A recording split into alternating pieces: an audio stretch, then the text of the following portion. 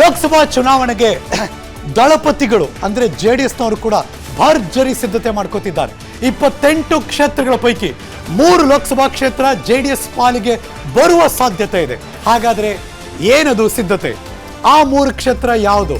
ಚುನಾವಣೆಯನ್ನ ಪ್ರತಿಷ್ಠೆಯಾಗಿ ತೆಗೆದುಕೊಂಡಿರುವಂತಹ ದಳಪತಿಗಳ ಆ ಕ್ಷೇತ್ರ ಯಾವುದು?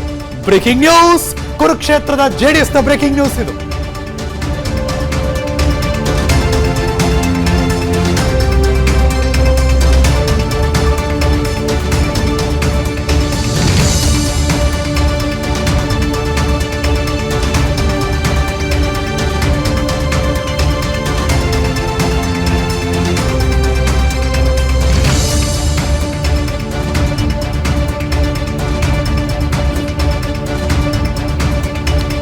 ಈ ಬಾರಿ ಜೆಡಿಎಸ್ನವರು ಕೂಡ ಶತಾಯ ಗತಾಯ ಕಾಡು ಕೆಳೆದಿದ್ದಾರೆ.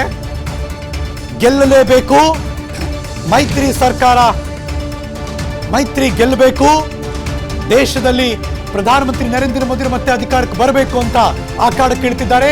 ಮಾಜಿ ಪ್ರಧಾನಮಂತ್ರಿಗಳೇ ಮಂಡ್ಯ, ಹಾಸನ ಮತ್ತು ಕೋಲಾರ ಬೃಹತ್ ಸಮಾವೇಶಕ್ಕೆ ಪ್ಲಾನ್ ಮಾಡ್ತಿದ್ದಾರೆ. ಅಂದ್ರೆ ಅರ್ಥ 25+3 ಆ ಲಾಜಿಕ್ ವರ್ಕೌಟ್ ಆಗ್ತಾ ಇದೆ ಬಿಜೆಪಿ ಮತ್ತು ಜೆಡಿಎಸ್ ನಡುವೆ ಅಂತ ನಾವು ಅನ್ಕೋತಾ ಇದೀವಿ. ಮಂಡ್ಯ, ಹಾಸನ ಮತ್ತು ಕೋಲಾರದಲ್ಲಿ ಬೃಹತ್ ಸಮಾವೇಶಕ್ಕೆ ಪ್ಲಾನ್ ಮಾಡ್ತಿದ್ದಾರೆ ಜೆಡಿಎಸ್ನವರು. ಮೈತ್ರಿ ನಾಯಕರ ಜೊತೆಗೆ ಮಾತುಕತೆ ನಡೆಸಿ ಸಮಾವೇಶಕ್ಕೆ ರೆಡಿ ಮಾಡ್ಕೋತಿದ್ದಾರಂತೆ. Inside exclusive JDS political information ಇದು. ಮಾಜಿ ಪ್ರಧಾನಿ ಎಚ್ ಡಿ ದೇವೇಗೌಡರ ನೇತೃತ್ವದಲ್ಲಿ ಈ ಸಮಾವೇಶ ನಡೀತಾ ಇದೆ. ಚುನಾವಣಾ ದಿನಾಂಕ ಘೋಷಣೆ ಬಗ್ಗೆ ತಲೆ ಕೆಡಿಸ್ಕೊಳ್ಳದೆ ಪ್ರಚಾರದ ಅಖಾಡ ಕೇಳ್ತಿದ್ದಾರೆ. ಸಮಾವೇಶದ ಕುರಿತು ಶೀಘ್ರವೇ ಸಭೆ ನಡೆಸ್ತಾರೆ ಜೆಡಿಎಸ್ನ ನಾಯಕರು.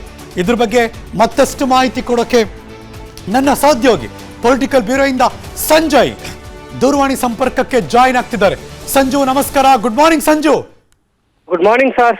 ಪ್ರಧಾನಮಂತ್ರಿಗಳು, ಮಾಜಿ ಪ್ರಧಾನಮಂತ್ರಿಗಳೇ ಈ ಅಖಾಡ ಕೇಳುತ್ತಿದ್ದಾರೆ, ಪ್ರತಿಷ್ಠೆಯಾಗಿ ತೆಗೆದುಕೊಂಡಿದ್ದಾರೆ ಅಂತಾರೆ. 25-3 ಲಾಜಿಕ್ ವರ್ಕೌಟ್ ಆಗಿದೆಯಾ? ಹೇಗೆ ನಡೀತಾ ಇದೆ ಸಿದ್ಧತೆ? ಹೇಗಿರುತ್ತೆ ಅವರ ಸಮಾವೇಶಗಳು? ಖಂಡಿತವಾಗಿ ಹರೀಶ್ ನಾಗರಾಜ್, ಏನಂತಂದ್ರೆ ಈಗಾಗಲೇ ಸೀಟು ಹಂಚಿಕೆ ಬಗ್ಗೆ ನಾವು ಚರ್ಚೆಯನ್ನ ಮಾಡ್ತಾರೆ. ಎಲ್ಲೋ ಸೂಚ್ಯವಾಗಿ ಬಿಜೆಪಿ ಹೈಕಮಾಂಡ್ 3 ಕ್ಷೇತ್ರಗಳು ಅಂತ ಜೆಡಿಎಸ್ಗೆ ಹೇಳಿರ್ಬೋದು. ಈ ಒಂದು ಹಿನ್ನೆಲೆಯಲ್ಲಿಯೇ ದೊಡ್ಡಗೌಡರು ಅಂದ್ರೆ ಮಾಜಿ ಪ್ರಧಾನಿ ದೇವೇಗೌಡರು ಖುದ್ದು ಅಖಾಡ ಕೇಳಿರ್ತಕ್ಕಂಥದ್ದು. ಏನು ಜೆಡಿಎಸ್ಗೆ ಸಿಗಬಹುದಾದ 3 ಕ್ಷೇತ್ರಗಳಲ್ಲಿ ಬೃಹತ್ ಸಮಾವೇಶಕ್ಕೆ ಸಿದ್ಧತೆಯನ್ನ ಮಾಡ್ಕೊಂಡಿರ್ತಕ್ಕಂಥದ್ದು. ಹಾಸನ, ಮಂಡ್ಯ ಮತ್ತೆ ಕೋಲಾರದಲ್ಲಿ ಏನು ಈ ಒಂದು ಸಮಾವೇಶ ನಡೀತಾ ಇರ್ತಕ್ಕಂಥದ್ದು. ಸಮಾವೇಶ ತಯಾರಿ ಕುರಿತು ಈಗಾಗಲೇ ಮೈತ್ರಿ ನಾಯಕರ ಜೊತೆ ಮಾತುಕತೆಯನ್ನು ನಡೆಸ್ತಾ ಇರ್ತಕ್ಕಂಥದ್ದು. ಇದರ ಮುಖ್ಯ ಉದ್ದೇಶ ಕಾಂಗ್ರೆಸ್ ಅನ್ನ ಈ ಬಾರಿ ರಾಜ್ಯದಲ್ಲಿ ಸೋಲಿಸಲೇಬೇಕು. 28ಕ್ಕೆ 28 ಕ್ಷೇತ್ರಗಳಲ್ಲಿ ಏನು ಮೈತ್ರಿ ಅಭ್ಯರ್ಥಿಗಳೇ ಗೆಲ್ಬೇಕು. ತಮ್ಮ ಜೆಡಿಎಸ್ ಅಭ್ಯರ್ಥಿಗಳು ಗೆದ್ದು ಮೈತ್ರಿ ಅಭ್ಯರ್ಥಿಗಳ ಗೆಲುವಿಗೂ ರಣತಂತ್ರ ಹಿಡಿತಾ ಇರ್ತಕ್ಕಂಥ ದೇವೇಗೌಡರು ಮೊದಲ ಭಾಗವಾಗಿ ಏನು ಜೆಡಿಎಸ್ ನ ಅಭ್ಯರ್ಥಿಗಳು ಸ್ಪರ್ಧೆ ಮಾಡಬಹುದಾದ ಕ್ಷೇತ್ರಗಳಲ್ಲಿ ಬೃಹತ್ ಸಮಾವೇಶಕ್ಕೆ ಸಿದ್ಧತೆಯನ್ನ ಮಾಡ್ತಾ ಇರ್ತಕ್ಕಂಥದ್ದು. ಸ್ವತಃ ಆ ಕಡೆ ಕೇಳ್ತಿದ್ದಾರಾ?